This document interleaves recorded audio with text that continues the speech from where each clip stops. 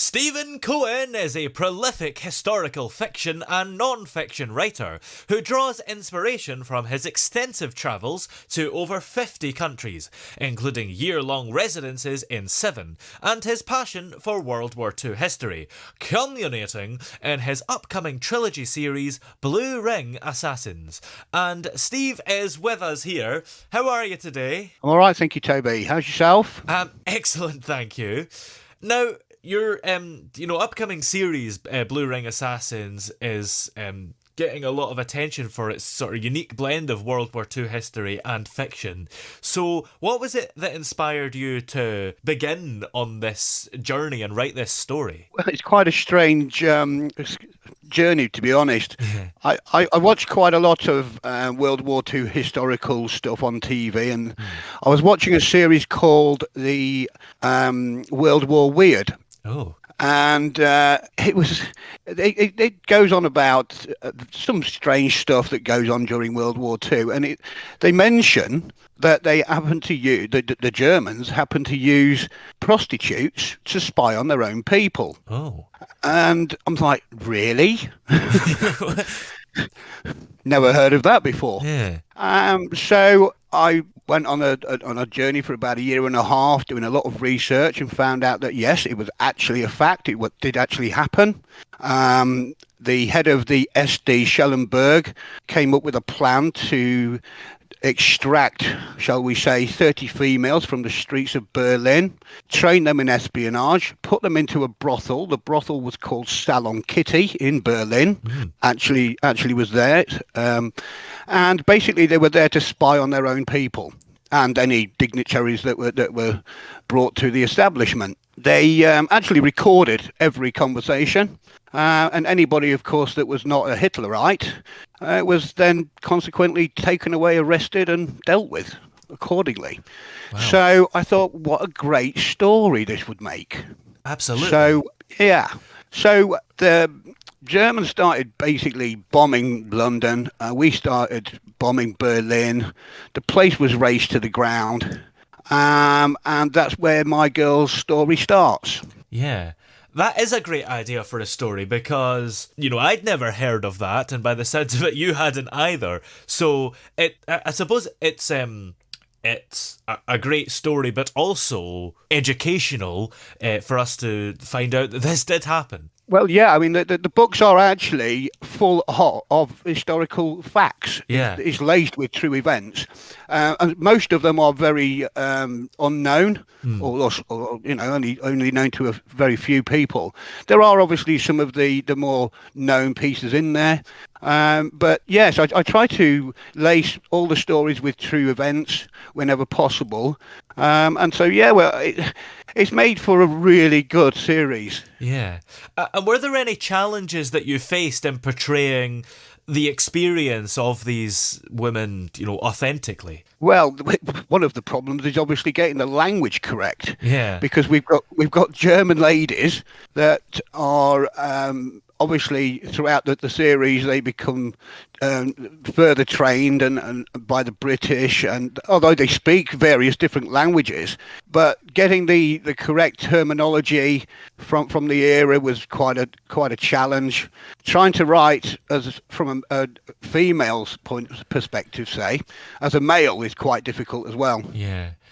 And what was your research process? Because, of course, you're a bit of a World War II enthusiast and clearly already knew a lot. But was there even more that you had to research? I suppose specifically about these women, and I guess was there more general World War II stuff that you had to look into that you maybe didn't already know? Well, yeah, obviously the research, I spent quite a lot of time researching the brothel, of course.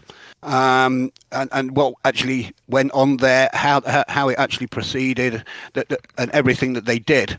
But from also, I had to find out what life was really like for the females of war-torn Europe, because obviously, generalistically speaking, most World War II fiction and non-fiction books go on mainly about the male aspect of war. Yeah. And they kind of forget that, especially during World War II, that there was a lot of females out there that actually played some major roles. Absolutely.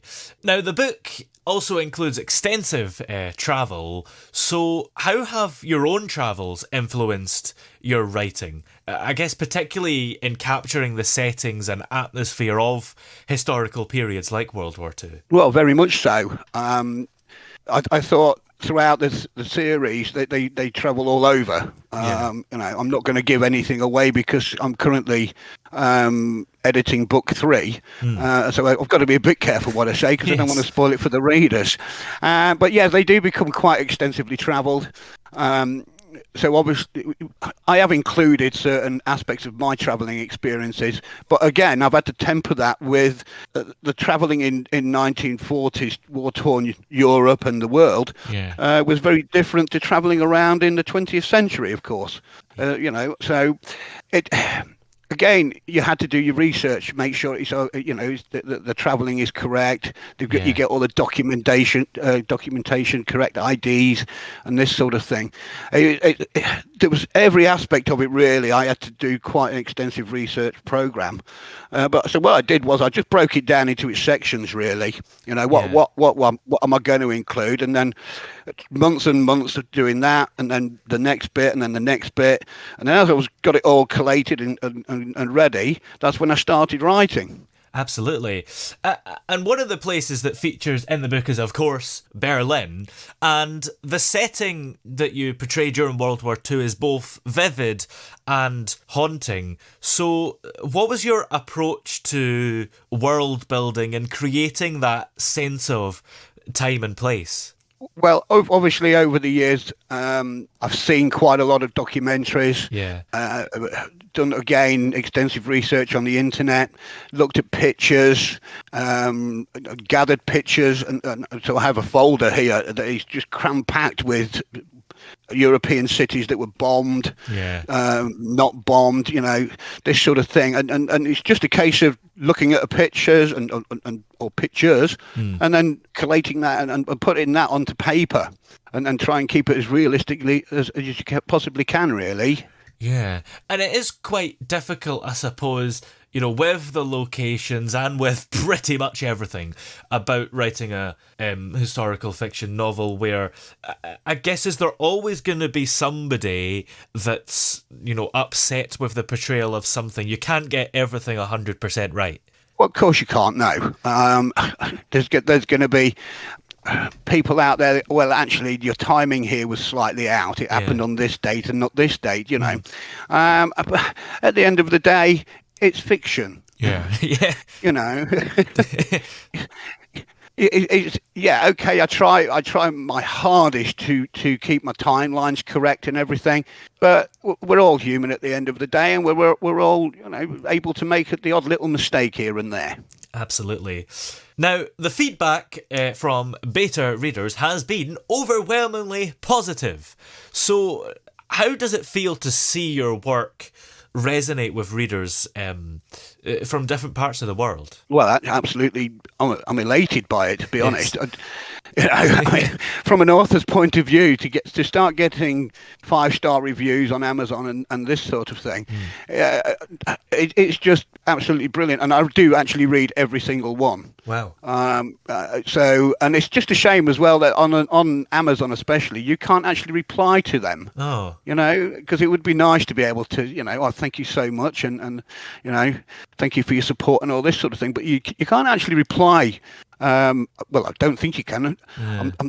To be honest, I found Amazon as a platform, it's great for obviously self-publishing, but it can be quite difficult to navigate at some point. So maybe somebody can actually tell us whether you can or not. But yeah, that's a bit of a shame. But obviously, I'm on other platforms, and I do interact with readers on other platforms and the like. And they ask me all sorts of questions and this sort of thing, which is great. I love interacting with my readers. It's an absolutely brilliant thing to do. Yeah. That's annoying that you can't reply to the reviews, but maybe that's to stop people arguing with the bad ones, although there doesn't seem to be any of them in your case.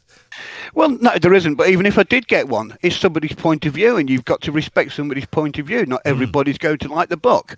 Not everybody's going to like everything in all the books. yeah. So you've got to take the rough with the smooth. And if somebody says something negative, then so be it. That is their opinion. They're entitled to that. Absolutely. Now, what is the overall message that you hope readers will take away from Blue Ring Assassins and the series as a whole? That females played a major part in World War Two. It wasn't a male-dominated war. Mm, I think it's something that many people forget, as I said earlier, that the females actually played some major roles in and during World War Two. They were on the front line. They were doing all sorts of things in all sorts of areas. So I think they need to be recognised more. yeah, absolutely. And it's set to become a trilogy series, of course. So, what can we expect from the upcoming installments? And how will the story evolve beyond the events of the first book? Well, obviously, we're coming into because each book obviously is dated, so Yeah. you know which part of the World War Two you're going through. So, book three is obviously end of World War Yeah. Two, and so we are getting to the point where we're dealing with some of the direct aftermath of World War Two. We touch upon that during the end of the book, but then obviously we've got going into the future. Books four and five are researched, Oh. ready to go. But obviously, I'm not starting those yet until we've got a little bit further through editing book three, and then I shall start making a start on writing book four. Yeah.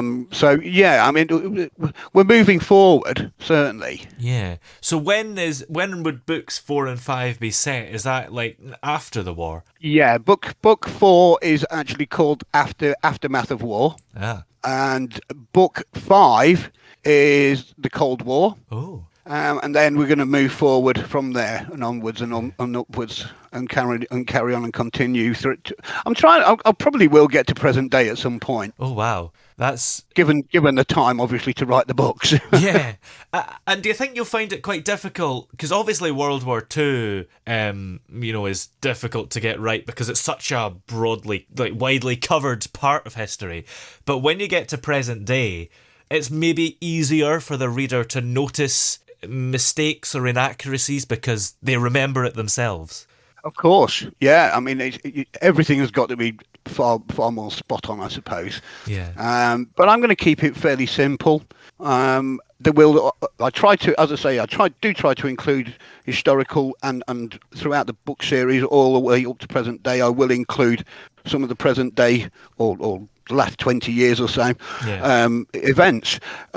But they will be only hinted upon, I think, in the later books, because it's going to be more about their development and what they turn into and who they are involved with, Yeah. and what sort of missions they go on and for whom, which is, it's going to develop into quite a good series overall.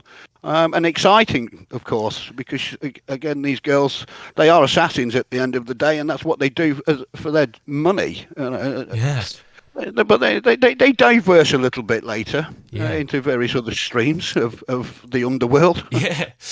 And do you have any ideas for projects outside of this series, or is this mainly what you'll be working on? Well, it's funny you should ask that question, because I'm also at the moment currently writing book one of a new series. Again, it's based in World War Two, but it's about a detective inspector Ooh. based in Norwich. Oh wow. He goes off and he's solving crimes during the World War Two period in and around the Norwich area. Oh, that sounds fascinating.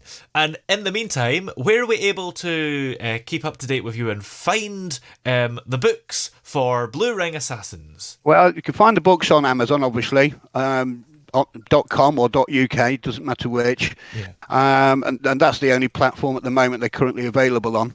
I found it best to use just Amazon at the moment because it's worldwide, so anybody and everybody in every country can purchase the books if they want to from there.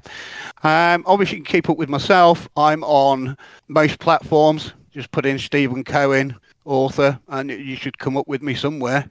Goodreads, X, which is now known. Yeah. I'm on Instagram.